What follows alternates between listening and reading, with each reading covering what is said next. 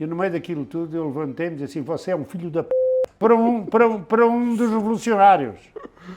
Pus cá em cima 4 gajos armados, não entra aqui ninguém, trazíamos 2.000 munições de RPG-7. Hello.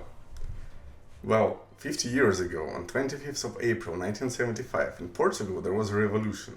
And Portugal became a democratic country right after that. Except that's not really how revolutions work.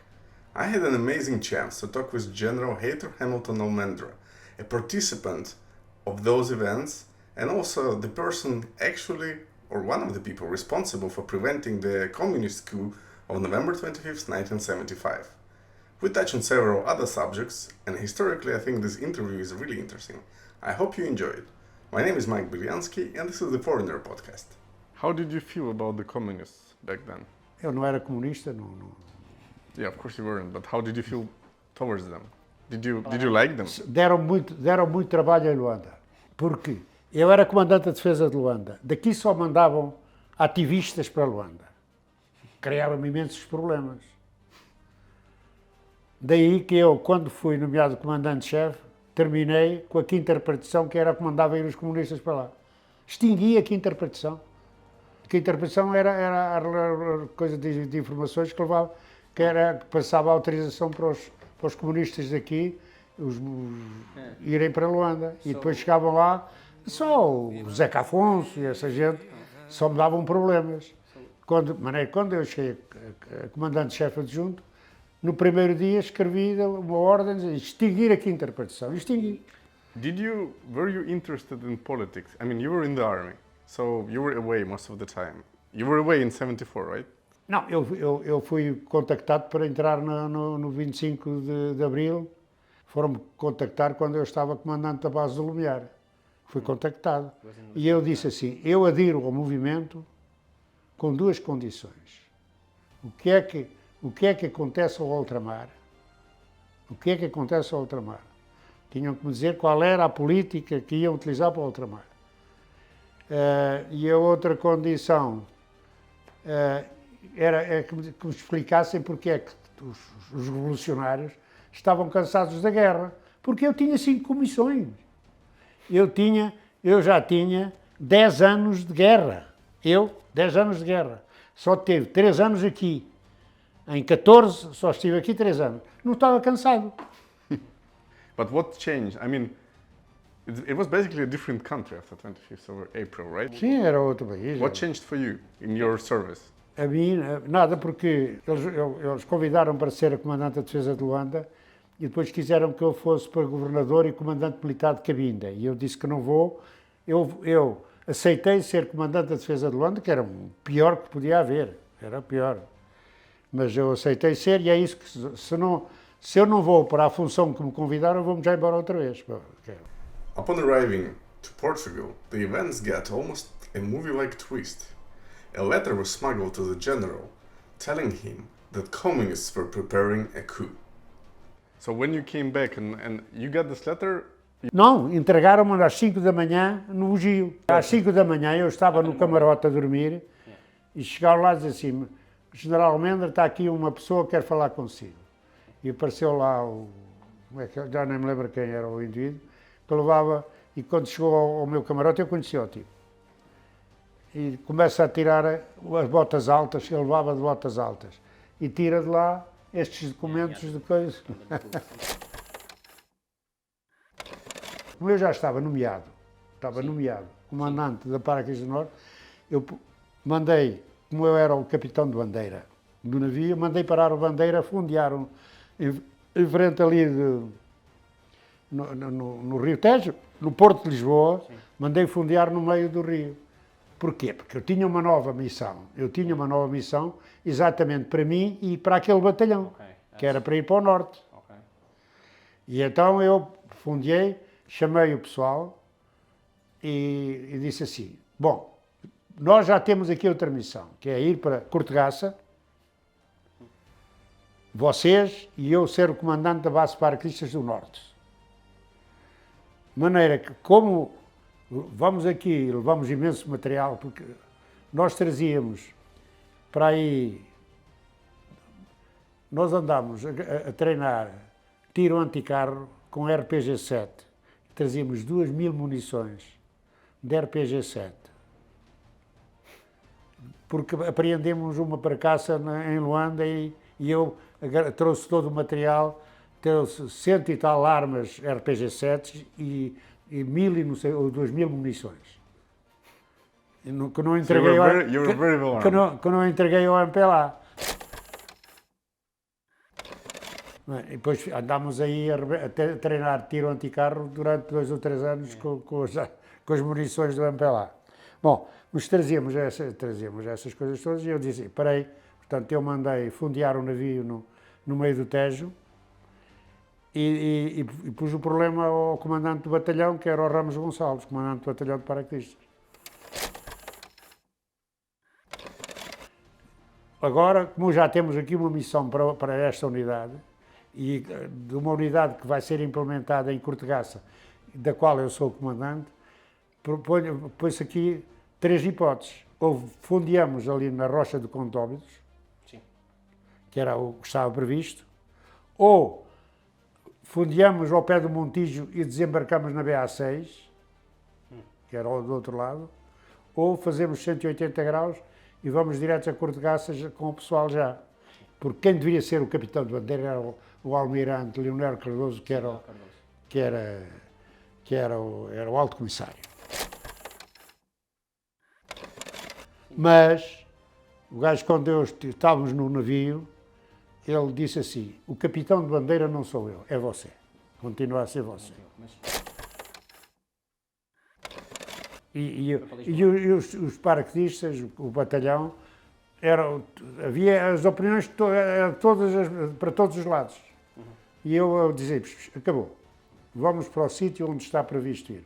Vamos pegar, eu utilizei o termo, vamos pegar o boi pelos cornos, acabou. A FIA ficou decidido logo ali. Assim, não havia maneira que fondeámos, puseram as pranchas para o cais, pus cá em cima 4 gajos armados, não entra aqui ninguém, e eu disse, limpam cais, vamos prestar continência à bandeira nacional no cais, e depois eu deixo contactar. E há ali um braço de ferro durante 2 horas, até que eles limparam o cais, desembarcou-se, fez continência à bandeira nacional, ao estandarte nacional, ensarilharam armas, contactaram durante 10 minutos com os camaradas e com os familiares, regressaram e fomos para a coluna auto que estava de Tancos. Estava uma coluna para levar o pessoal para Tancos. E estava comandada pelo sargento-mor Castanheira. Era comunista, eram todos. E simplesmente, como o chefe de Estado-Maior tinha posto à disposição aqui a OTA para a gente despejar lá as armas, não é? E as munições, quando aquilo se resolveu, se clarificou, portanto, fomos para a coisa e eu fui.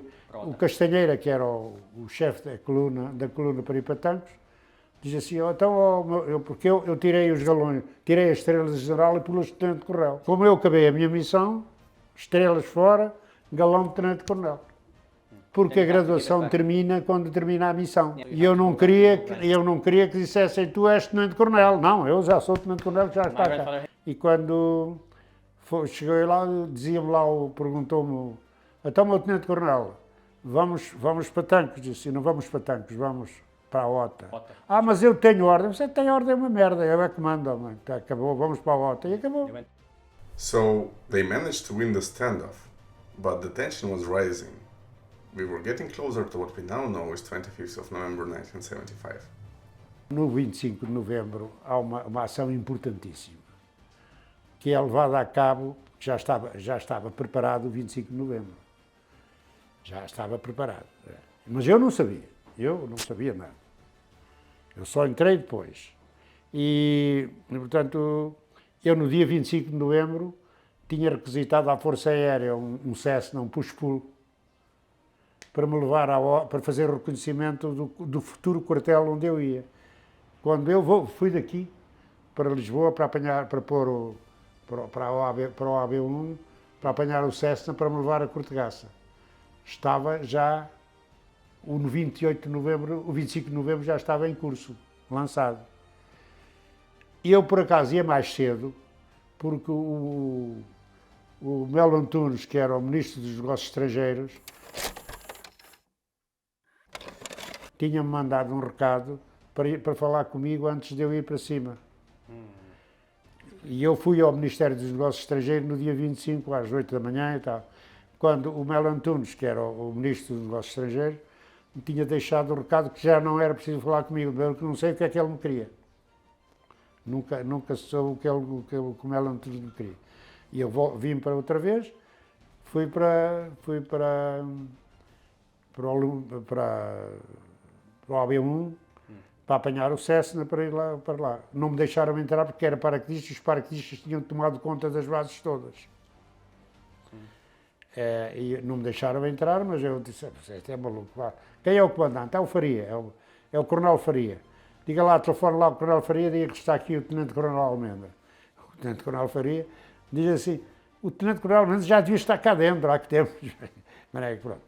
E então entrei, e eu que era para ir no Cessna, fui no Boeing, porque já estava a levar o pessoal lá para cima. E porque estava já acordado que quando tocasse a rebate, toda a malta, inclusivamente os oficiais paraquedistas, que se tinham apresentado no dia 12 ao chefe de Estado-Maior da Força Aérea, foi-lhes dada a ordem para irem para casa e quando chegasse a hora própria, que se apresentavam em Cortegaça. Okay. Isso já estava tudo planeado. Okay. Cada um pelos meios que pudesse, ou de carro, ou de comboio, ou de avião. E eu, que era para fazer o reconhecimento da futura base, que eu seria comandante, fui de Boeing. Já fui de Boeing e pronto, e fiquei lá. Okay. Pronto, nesse dia fiquei lá.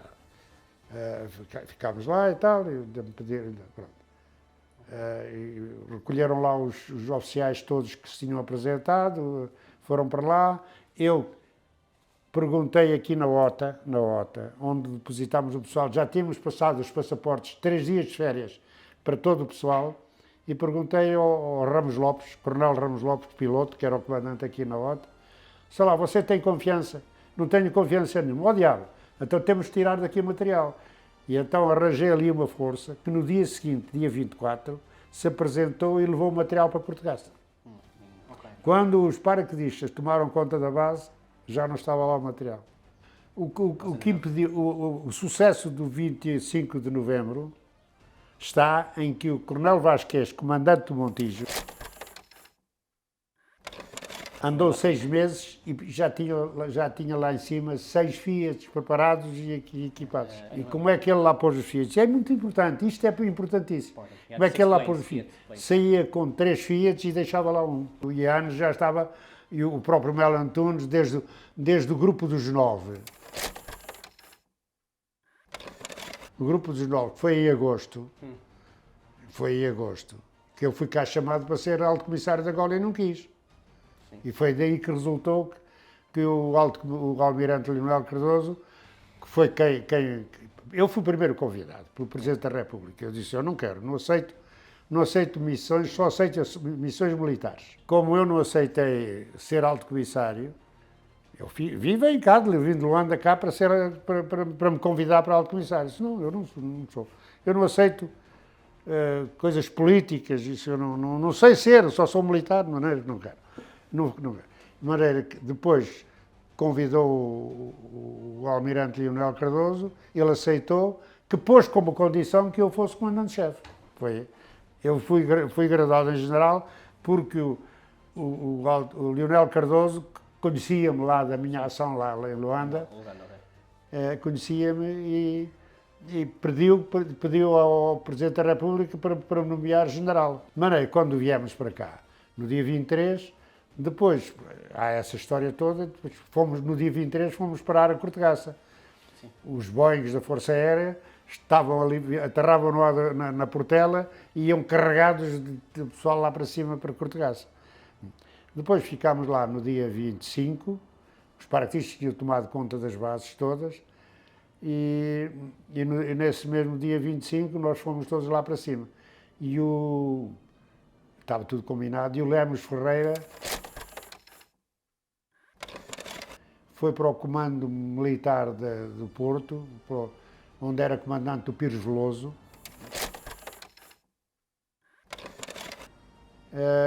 Era o representante da Força Aérea lá, quer dizer, manteve-se cá.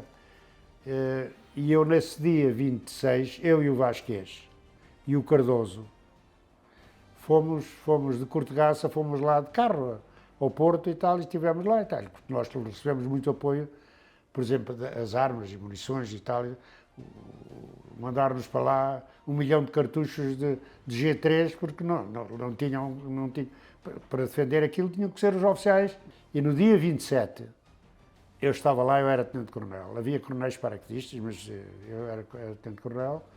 E telefonou-me o chefe de Estado-Maior, o que escreveu estas coisas, telefonou para eu negociar a rendição dos paraquedistas que estavam... Se eu era capaz de negociar a rendição dos paraquedistas que estavam revoltados em tanques, sou.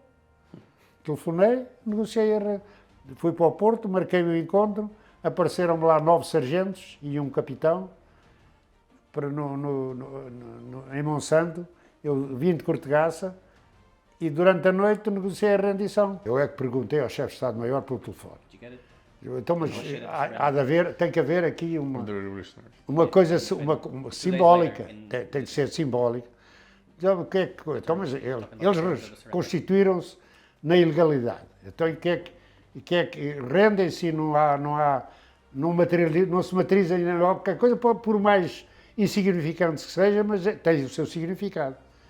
E ele diz: Almendra, olha, invente você uma coisa qualquer. E eu então inventei, que queria os 30 indivíduos mais revolucionários que eles achassem para irem presos. No dia 28, às 7 nós chegámos à base aérea número 3. E o Ianes, a determinada altura, eu dizia assim: eu vou lá e tal, e não sei, porque os representantes diziam assim: mas nós não somos capazes de convencer. Se o senhor, que tem muito prestígio, fosse lá para convencer as coisas, eu vou. O Ianes diz: não vais nada, porque depois eles agarram e sequestram-te e a gente tem que ir lá por ti, ainda por cima. Depois combinei para receber os 30, portanto eles concordaram, às 11, eu tenho como prazo, a 1h da tarde do dia 28. E eu fui, à 1h eles não telefonaram, e eu fui para os comandos para preparar o assalto aos paraquedistas, com o Jaime Neves. Porque o Jaime Neves dizia que tinha muito amigo dos paraquedistas, que não ia fazer um assalto aos paraquedistas. Vais tu e vou eu contigo. Ainda não tinha chegado ao comando, estava na rua, estava ainda a dirigir-me para lá com o comando, parei o carro e tal, e aparece assim: o tenente-coronel Almendra ao telefone. Eram eles a dizer que aceitaram as condições. E então aceitaram as condições, de dizer assim: portanto, eu às 7h ou 8 da tarde, eu tinha posto como condições o quartel completamente abandonado, com todo o armamento, com todo o equipamento, com todo o fardamento, e 30 gajos presos na BA. Preparei as coisas de tal maneira que veio um DC-6 para levar os gajos para cima para irem presos. Can you explain the difference between 25th of April? I'm a foreigner, so explain the difference between 25th of April and 25th of November. O 25 de novembro é feito por os indivíduos, a maior parte deles, que eram do 25 de Abril. Agora, evidentemente que eram tipos mais moderados.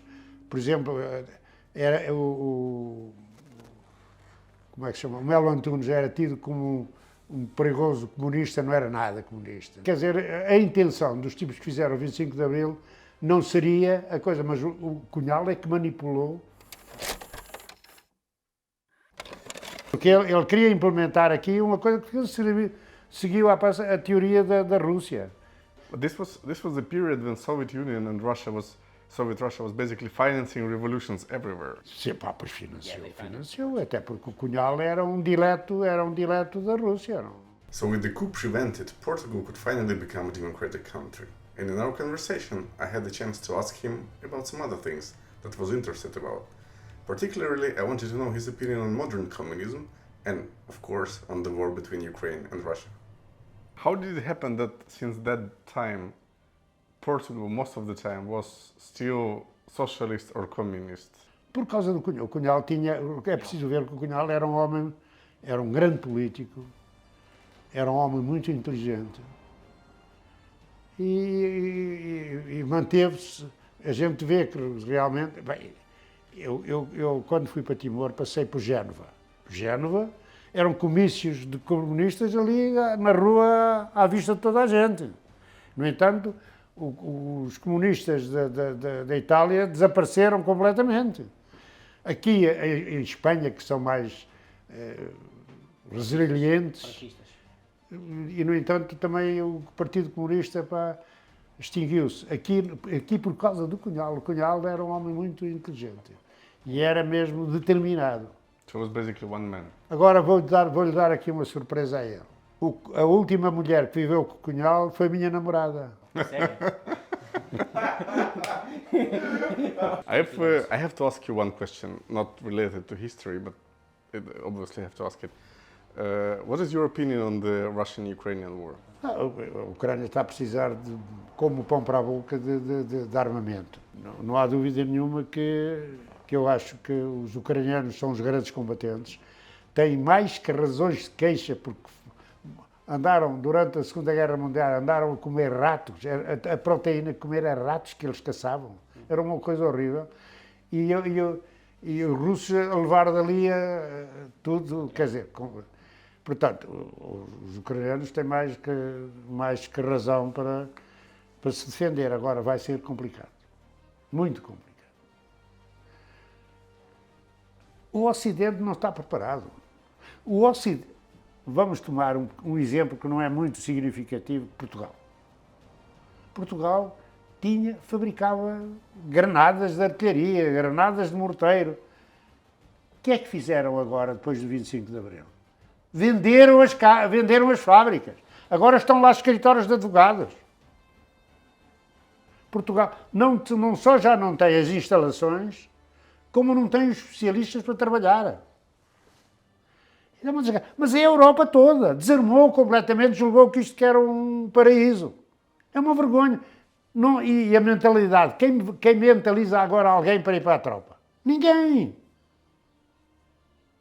E depois dizem agora que fazem o serviço militar obrigatório. Eu fiz imensas operações em 72 no leste de Angola. E eram sempre operações que eu inventei de 22 dias.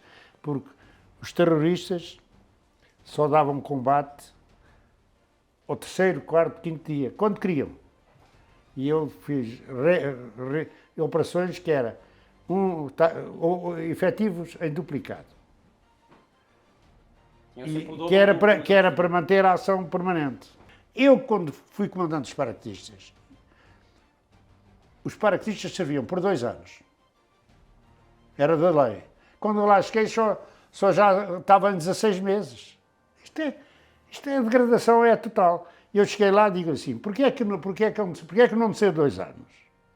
É que eu poupava 1/3 da verba, porque em vez de fazer 1.800 paraquedistas, 3 recrutas de 600 homens, passei a fazer só 2, que só 1.200. Isto significa fardamento, comidinha, efetivos em duplicado, porque enquanto estão em instrução tem que haver os efetivos e os tipos que estão em instrução. Bem, em vez de meter 1.800, passei a meter 1.200. E toda a gente aí, para que isto é voluntário, só pode ser voluntário. E eu disse assim, mas porquê é que a gente faz, porquê é que este tipo não precisa os 24 meses que está na lei? Não faças uma coisa dessas, lá os meus segundos comandantes e chefes de Estado-Maior, não pode ser, isto agora não. Então está bom, temos aí uma recruta de 600 homens para meter, agora um curso de 600 homens para meter. Faltava pouco tempo e uma carta para cada um a dizer se lhe passarem o serviço, o que é que ele faz, qual é a reação que ele tem. De 600 desistiram 10. Era tudo mentira. Uau. Eu estive a comandar 7 anos dos paraquedistas, comandante dos paraquedistas. Eu montei inclusivamente a convocação de reservistas. Porque isso isso nunca mais se pensou nisso. Eu montei a convocação de reservistas e chamei-os para exercícios anuais. E até vieram indivíduos de França, quer dizer, uma companhia que eu chamei de reservistas, faltaram 10 indivíduos, que é de 150. Olha lá, o comandante da região aérea de Angola mandou ao meu quartel um major, como é que ele se chamava? Não sei, já não me lembro. Sei. Para lhe dizer o que é que eu fiz para me condecorar com o valor militar prata. O valor militar é the second decoration more importante. Call me para eu dizer o que é que eu fiz. E disse assim, você levanta um processo disciplinar. Um processo disciplinar, saber o que é que eu fiz. E perguntam aos superiores e aos inferiores. O comandante-chefe, este era o general Betancourt Rodrigues, escreveu isso e mandou, e depois ele teve a gentileza, ele já era comandante-chefe e governador da Guiné e fez essas declarações. E isto é a resposta dele oficial. There is actually an interesting question. Why didn't you go into politics after that? Eu não sei ser político, eu nunca quis ser político. Eu não tive nunca nenhum problema com os tipos da MFA. Eu em Luanda, um dia qualquer estavam lá os tipos de revolucionários, estavam a atacar o alto comissário, que era o Silva Cardoso, o general piloto Silva Cardoso. E no meio daquilo tudo eu levantei-me e disse assim, você é um filho da puta, para um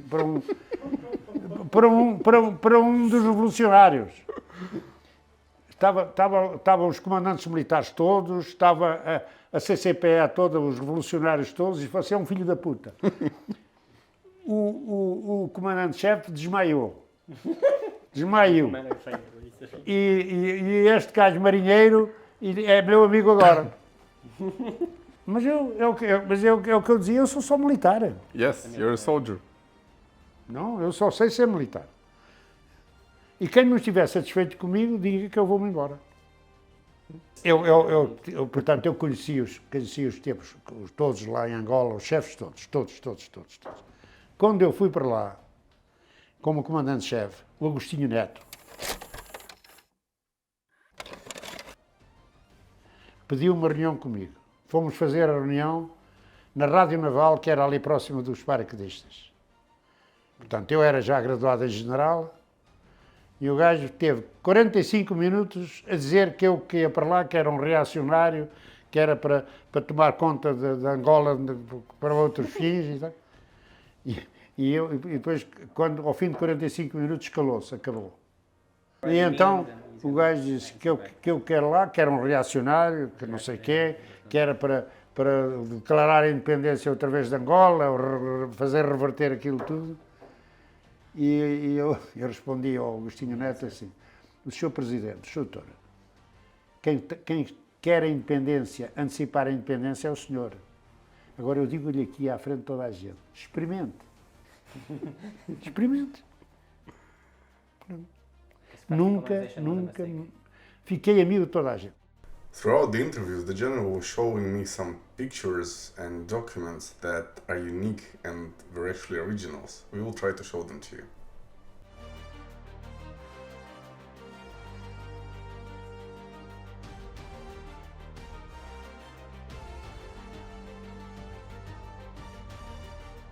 Thank you very much for watching all the way up to this point. This is it. I hope you enjoyed it, and goodbye. Thank you, sir. Thank you for the interview. Não, não me agradece nada. Eu sou militar por acaso.